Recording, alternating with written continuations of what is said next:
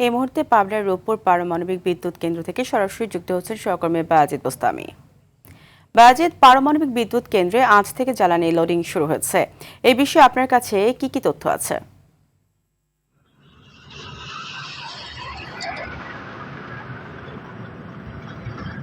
জি ফারিয়া, এই মুহূর্তে আমি আছি পাবনা রূপপুর পারমাণবিক বিদ্যুৎ কেন্দ্রের ঠিক পাশেই। আপনি জানেন যে কিছুক্ষণ আগেই এই রূপপুর পারমাণবিক বিদ্যুৎ কেন্দ্রের যে জ্বালানি ইউরেনিয়াম সেটি লোড করা হয়েছে। আমরা সেই কিছুক্ষণ আগে যেটি জেনেছি যে বিকেল 3:30 নাগাদ এই যে জ্বালানি সেটি লোড করা হয়েছে। দীর্ঘ প্রায় 1 যুগের প্রস্তুতি এবং কারিগরি সক্ষমতা অর্জনের পর অবশেষে বহুল প্রতীক্ষিত এই রূপপুর পারমাণবিক বিদ্যুৎ কেন্দ্রের উৎপাদনের যুগে আসলে প্রবেশ করলো।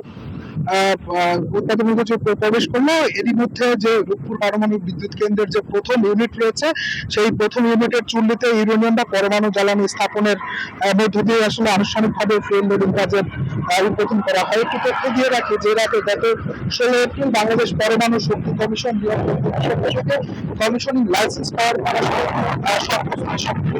এবং আজকে আনুষ্ঠানিকভাবে এই লোডিং কার্যক্রম শুরু করা হয়। তো এই উপলক্ষে রূপপুর প্রকল্পের অভ্যন্তরে আয়োজিত একটি অনুষ্ঠান ছিল। সেই অনুষ্ঠানের নাম দেওয়া হয় রূপপুর থেকে রূপান্তর। অনুষ্ঠানে যোগ দিতে রাশিয়ার রাষ্ট্রীয় পরমাণু সংস্থা রোসাটমের মহাপরিচালক অ্যালেক্সি লিখাচেভ 18 সদস্যের প্রতিনিধি দল নিয়ে সকালে ঢাকা পৌঁছে এবং পরবর্তীতে এখানে এসে এই অনুষ্ঠানে যোগ দেন। তো আমরা জানতে পেরেছি যে অনুষ্ঠানে বিজ্ঞান প্রযুক্তি মন্ত্রী ফকির মাহবুব আনাম সহ রাশিয়ার রাষ্ট্রীয় পরমাণু সংস্থা রোসাটমের মহাপরিচালক এবং বিজ্ঞান প্রযুক্তি মন্ত্রণালয়ের সচিব সহ রাশিয়ার সংশ্লিষ্ট মন্ত্রী এবং উচ্চ পর্যায়ের প্রতিনিধিরা উপস্থিত থেকে জ্বালানি লোডিং কার্যক্রমের উদ্বোধন করেন।